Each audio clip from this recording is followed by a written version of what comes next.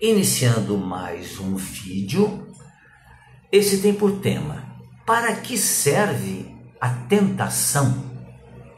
Agradeço a Deus a oportunidade da realização deste trabalho e agradeço a todos vocês que têm assistido os meus vídeos. Já são mais de 1.200 vídeos postados, mais de 4.400 inscritos aqui em meu canal do YouTube. Fico muito agradecido, muito feliz pela ajuda que todos vocês têm me dado para que eu possa continuar fazendo esse pequeno trabalho de divulgação de coisas boas, coisas que trazem esperança, sejam otimistas, mas que sejam também reais, nos mostre a realidade da vida. Por isso, esse tema: para que serve a tentação? Ela está inscrita lá na oração que Jesus nos ensinou, oração do Pai Nosso. Vamos então analisar. Tentação é uma palavra que traz em si mesma uma ideia terrível. Quase sempre que esse termo é pronunciado com gestos de repulsa. No entanto, a tentação é o recurso que a sabedoria divina emprega para nos dar conhecimento de nós mesmos, nos fazer refletir. Se o dinheiro não nos sugerisse a busca desenfreada do prazer e da satisfação dos sentidos, e se não lhe opuséssemos o freio do discernimento, como é que poderíamos saber que ele deve ser utilizado para a criação das alegrias nobres que nos enriquecem a alma?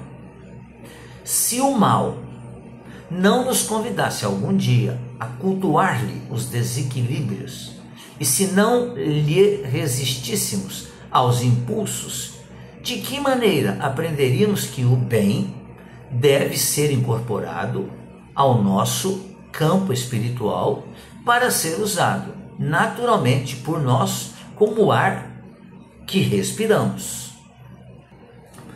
Quando somos cegos ou paralíticos, já vivemos sob esse regime transitório entre a força da vida, e ninguém pode imaginar de imediato o que faríamos da luz ou do movimento se o estivéssemos ao nosso redor. Assim é que ninguém se faz claramente conhecido enquanto está limitado por alguma força natural, algo que me impeça de fazer determinada coisa. Por isso que Deus, na sua inteligência suprema, nos deu liberdade de ação, nos deu o livre-arbítrio. Posso fazer qualquer coisa que eu queira fazer, desde que seja o bem. Se não for o bem, eu estarei me comprometendo. Assim é que ninguém se faz claramente conhecido, repetindo, enquanto está limitado por alguma força natural.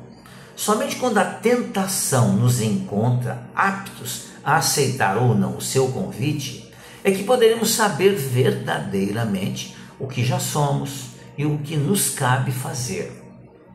A filosofia da tentação ela é inteiramente baseada em nossos senões morais. E só seremos tentados naquilo que ainda possa despertar em nós o desejo de aceitar o convite, seja ele qual convite for. Jesus nos ensinou a orar e a pedir a Deus que não nos deixe cair em tentações, como eu disse logo no princípio. A tentação só pode representar perigo, na realidade, em quem encontre pontos de contato. Se já eliminamos de nossa intimidade os possíveis pontos de contato, então não seremos mais tentados por mais que se apresentem os incentivos. Achamos-nos todos em evolução e, por conseguinte, sujeitos às tentações que nos chegam diretamente ou por tabela. Cabe, portanto, a nós saber superá-la, para crescer, para evoluir, para elevar-se. Se as tentações, ou sem as tentações, é impossível a tarefa da perfeição. Precisamos ser tentados. Precisamos delas para saber exatamente em que ponto ainda somos vulneráveis e o que devemos fazer para eliminar esses pontos vulneráveis. Recordemos o barco e as ondas, necessárias à navegação. Sem as ondas, o barco jamais chegaria ao porto. Com o impulso delas, ele avança.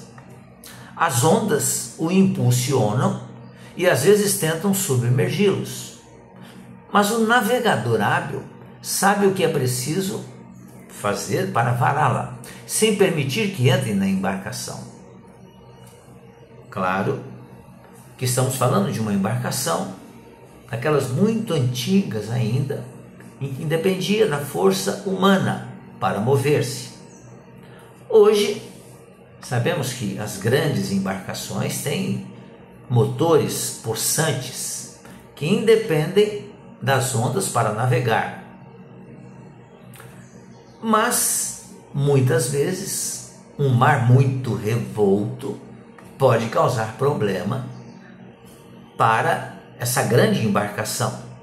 E aí vai entrar a capacidade do comandante em vencer essas grandes ondas, vencer essas grandes dificuldades. Portanto, amigos e amigas, em todos os momentos nós somos tentados, mesmo que a gente já se considere acima, mesmo que o nosso barco não tenha mais remos, tenha motores possantes, mas o mar, em um momento ou no outro momento, vai fazer com que a gente tenha que usar a inteligência.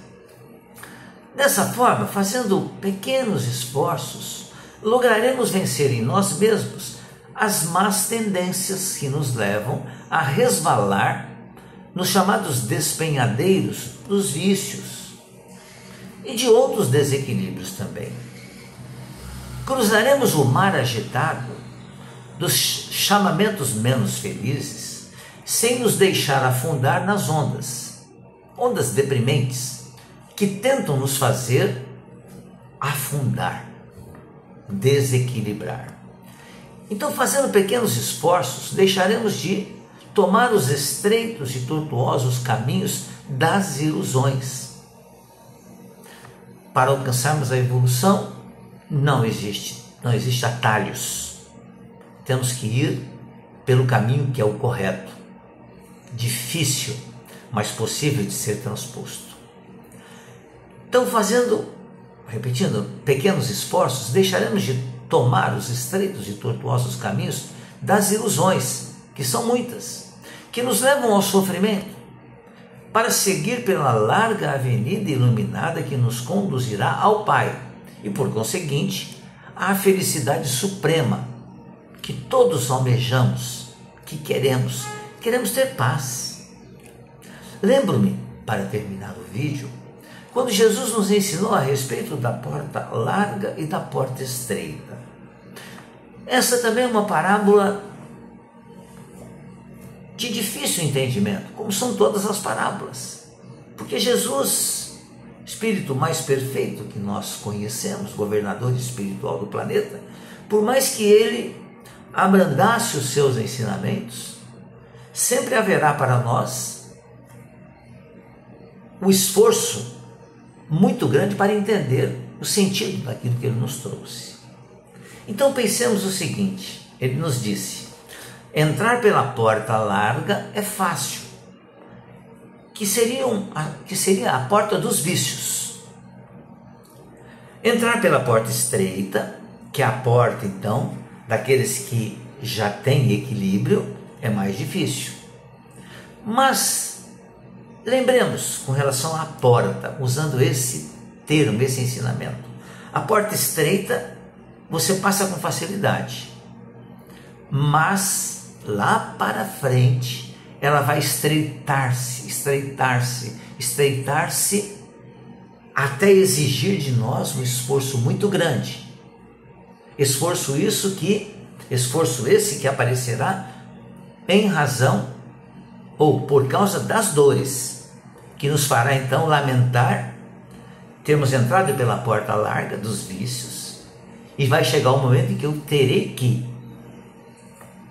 sem perder tempo, trabalhar no sentido de equilibrar-me.